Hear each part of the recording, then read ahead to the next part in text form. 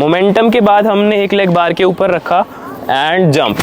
ये what's good fam. तो आज हम करने वाले हैं डायनामिक स्किल्स और आज हम 3 डायनामिक स्किल्स करने वाले हैं। सबसे पहले जंप ओवर द बार, उसके बाद स्विच टू बैक लीवर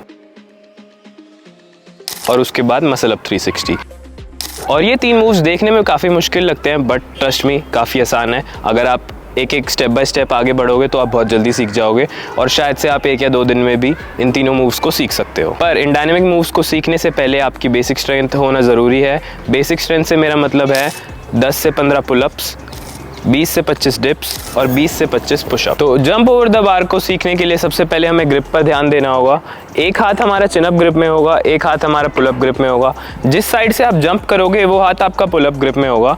अब आपको क्या करना है, अब आपको बार के ऊपर जाना है और अपने लेग्स से मोमेंटम जनरेट करना है। जितना ज़्यादा मोमेंटम उतना ईजी मूव। मोमेंटम के बाद हमने एक लेग बार के ऊपर रखा एंड जंप। और इस मूव को सीखने के लिए आप किसी बेंच का भी इस्तेमाल कर सकते हो जो इतनी हाइट का हो। Same chin up grip, pull up grip and jump. Chin up grip, pull up grip and jump, easy. तो सेकंड मूव होगा स्विच टू बैक लीवर। अब स्विच टू बैक लीवर में से सिर्फ हम स्विच वाला पार्ट सीखेंगे क्योंकि बैक लीवर एक स्टैटिक मूव है और उसके लिए हम अलग से एक इंटरमीडिएट सीरीज में उसको कवर करेंगे। तो स्विच में भी सेम चीज़ होगी बट अब हम दोनों हाथ हमारे प्रोनेटेड ग्रिप में होंगे और वही सेम चीज़ आप ऊपर गए, स्विंग स्विंग, एक लेग आगे रखा। अब इस बारी सामने देखते हुए आपको जंप करना है। अब स्विच को सीखने का एक आसान तरीका है, इसमें आप साइड वाले बार की मदद ले सकते हो या अपने किसी दोस्त का हाथ भी पकड़ सकते हो। इसमें आपको क्या करना है, वापस से बार के ऊपर स्विंग स्विंग और एक लेग ऊपर रखा। अब साइड से पकड़ के आप बार के ऊपर बैठ गए। सी, इतना सिंपल। और उसके बाद फॉल। अब इसको आप जैसे जैसे फास्ट करते जाओगे उतना ये देखने में बढ़िया लगेगा और उतना आपको कॉन्फिडेंस आएगा इस मूव को पूरी तरह से एग्जीक्यूट करने का। Up, swing and one leg up, grab, sit and fall.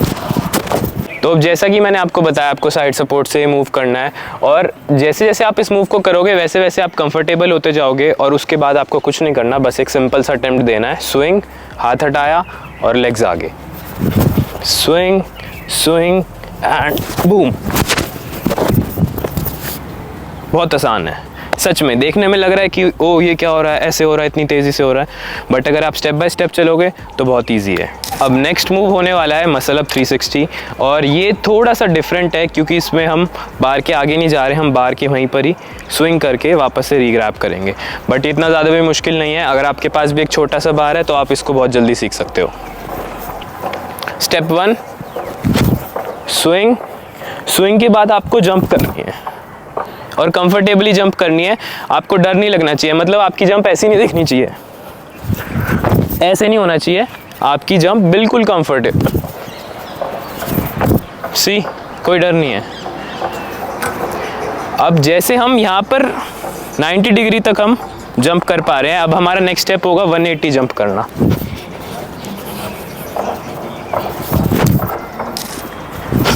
Swing swing and twist.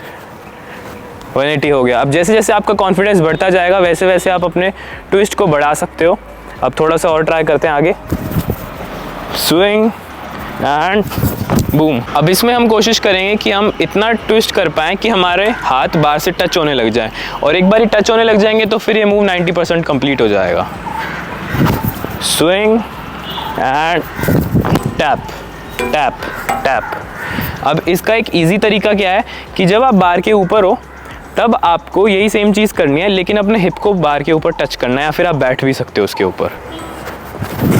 Swing and बार के ऊपर आप बैठे एंड बूम। अब इस मूव को आप फास्ट कर सकते हो। बार के ऊपर बैठे एंड ग्रैब।